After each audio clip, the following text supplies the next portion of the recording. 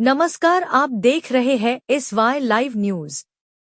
राष्ट्रवादी कांग्रेस शरद पवार गुट ने ठाणे में प्रस्तावित आनंद नगर से साकेत उड्डानपुल परियोजना को लेकर बड़ा आंदोलन छेड़ दिया है। सुप्रीम कोर्ट के आदेशों की अनदेखी कर अंधाधुंध वृक्ष कटाई के गंभीर आरोप लगाए गए हैं। विरोध में कार्यकर्ताओं ने कटे पेड़ों की जगह पर ही वृक्षारोपण कर प्रशासन का ध्यान खींचने की कोशिश की। जियो टैगिंग में गड़बड़ी, पुनर्लागवड़ में लापरवाही और अधिकारियों की मिलीभगत के आरोपों के बीच आंदोलनकारियों ने साफ चेतावनी दी है।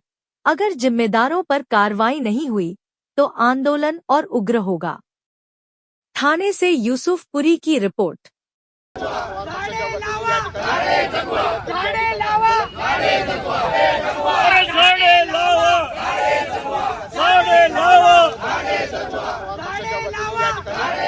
सर्वात पहिले म्हणजे मी तुम्हाला सांगू इच्छितो की आंदोलन मी ह्या ठिकाणी का करतो। तर ह्या ठिकाणी जे ग्रीन कव्हर माझ्या मागे किंवा तुमच्याही मागे आहे ते 30 वर्ष जुनी झाडं आहेत।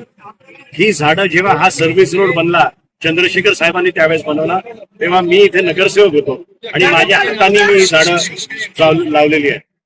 मी दर झाडा 15-20 झाडांच्या मागे एक सोसायटीला नमूद केलं होतं आणि त्यांनी दत्तक घेऊन ही झाडं जगवली। आज अतिशय वाईट वाटतंय की 30 वर्षांनंतर अशा प्रकारे खतल होते। आता आनंद नगर ते साकेत हा रस्ता बनतोय, आम्ही डेव्हलपमेंटच्या विरोधात अजिबात नाही, डेव्हलपमेंट ही झालीच पाहिजे, पण ते करत असताना एक बॅलन्स कुठेतरी आपण आखला पाहिजे आणि त्याची आपण हमी इथे मिळत नाही। आता काही SOPs आहेत सुप्रीम कोर्टाने दिलेले की अशा प्रकारे जर तुम्ही 1800 झाडं कापत आहात तर त्याला जिओ टॅगिंग केलं पाहिजे, नंबरिंग केलं पाहिजे आणि ते रिप्लांट केले पाहिजे। असं कत्ल करून चालत नाही।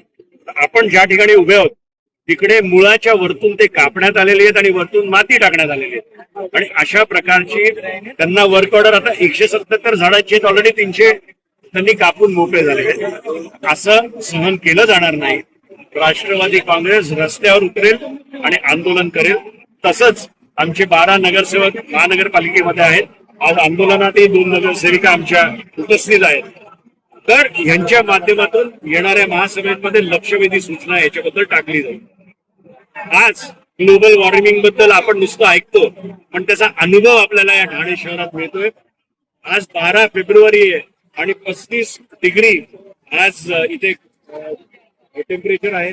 तुम्ही विचार करा की पुढच्या एप्रिल आणि मे मध्ये काय परिस्थिती असेल।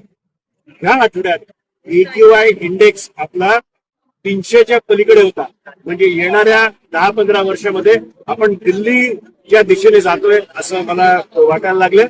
हे कुठेतरी थांबलं पाहिजे। पहिले मेंटल हॉस्पिटलमध्ये 1400 झाडं तोडली, त्याला लागून अदानीने ACCची कंपनी तोडली, त्याला लागून आशरने मॉडेलामध्ये तोडली, ओबरॉयनी ग्लॅक्सोमध्ये तोडली आणि रेमंड राज रोजपणे झाडं तोडते। याचा विचार ठाणेकरांनी पण केला पाहिजे आणि उघड्या डोळ्याने न बघता खाली उतरून रस्त्यावर उतरून तुम्ही देखील काहीतरी याच्या विरोधात एक आंदोलन उभं केलं पाहिजे असं आपल्या माध्यमातून सांगितलं।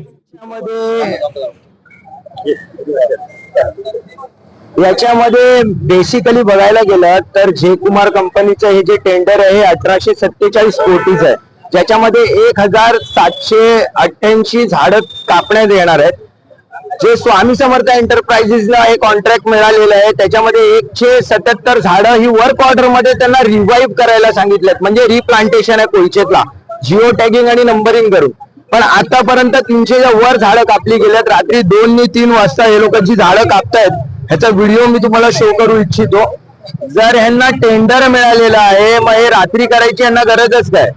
हे जर प्रामाणिकपणे काम करत असतील तर माझं म्हणणं एवढंच आहे की यांच्यावर BNS कायद्या अंतर्गत फौजदारी गुन्हे दाखल झाले पाहिजे। त्याच्यामध्ये महापालिकेचे काही मोठे अधिकारी आहेत, ह्यांचाही पर्दाफाश झाला पाहिजे, यांची नावं बाहेर आली पाहिजे। धन्यवाद।